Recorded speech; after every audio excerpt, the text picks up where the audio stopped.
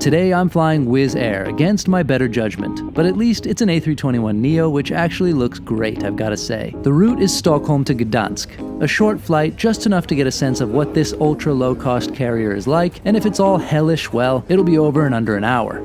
Join me.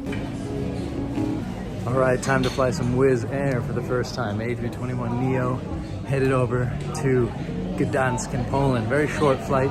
Seems like it should be even shorter how close it is. Usually takes about an hour.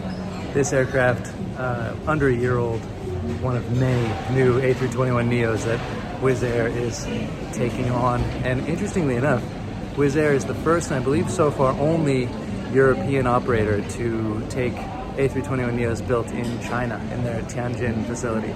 So that's interesting. I don't know if this is one of those, but maybe one of you keen-eyed spotters can tell me when you see the registration, which I'll put down below if it doesn't appear in the video. Anyway, I'm in row 2 because I didn't want to make it too easy on myself. Row 1, obviously, lots of legroom, easy to get up. Row 2, a little more indicative of what it might be like. It's on a fully flex fare with all the priority, everything, and seat assignments and check bag that I didn't even need, but I needed the flexibility. And row 2, probably among the best possible Wizz Air experiences on this new plane at a short flight. But let's see how it is. And I'm gonna try a new thing in these videos and give you, toward the end, an indication of whether I would recommend this flight or not on a scale, which we'll talk about later. So stay tuned to the end and I'll give you a sense of whether I would say that you should go ahead and buy tickets on Wizz Air or avoid them at all costs, or something in between. All right, let's do it.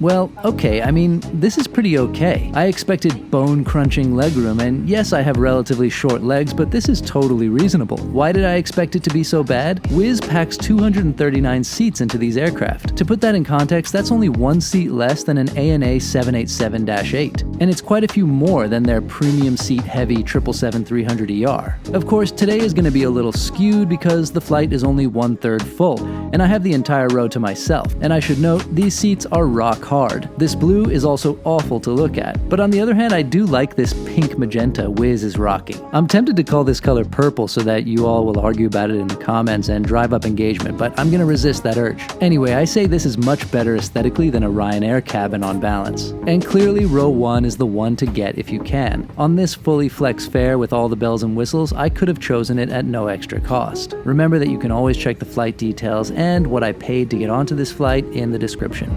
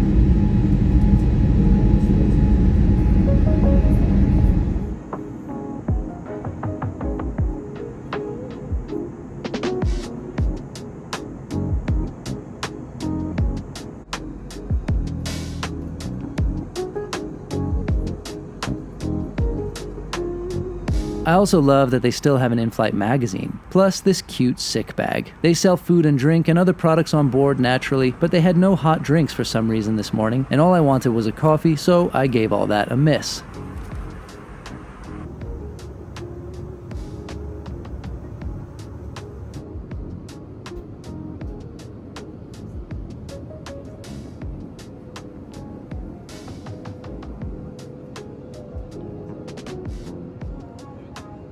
And before I know it, we're approaching Poland.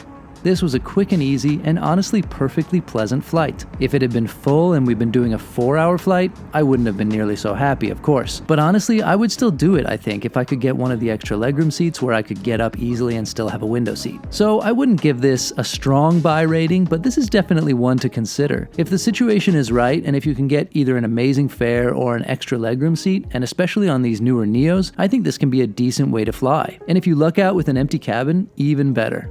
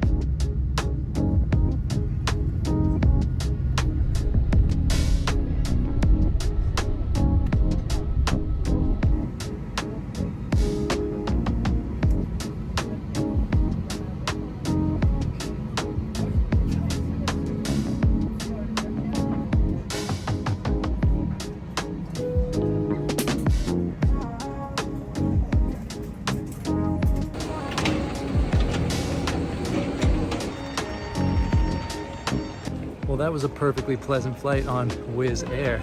A321neo is a really nice aircraft. The seats aren't comfortable, but for an hour's flight, it helped a lot, of course, that it was totally empty.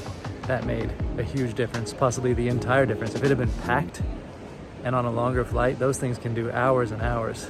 Imagine that. But legroom was far better than I expected. Service was fine. They didn't have any hot drinks. That was a bit sad. It's the sort of one thing I would look forward to on a morning flight like this, to try out the service, get a coffee. But what can you do? It was efficient, on time. We arrived early, in fact, and overall, very pleased. Considering what you can get those flights for, the low prices Wizz Air has, I paid a little more in this case, but man, I mean, what a bargain, especially if you can luck out with an empty flight. So now in Gdansk, gonna head over to do this Flight Radar 24 video with the people here, airside, all about that. And I'll stick a link down below to that video eventually, whenever it does come out. So thanks for coming along. And in Gdansk, sadly not visiting the city this time because it looked kind of beautiful. I'm Gabe Lee. Thanks.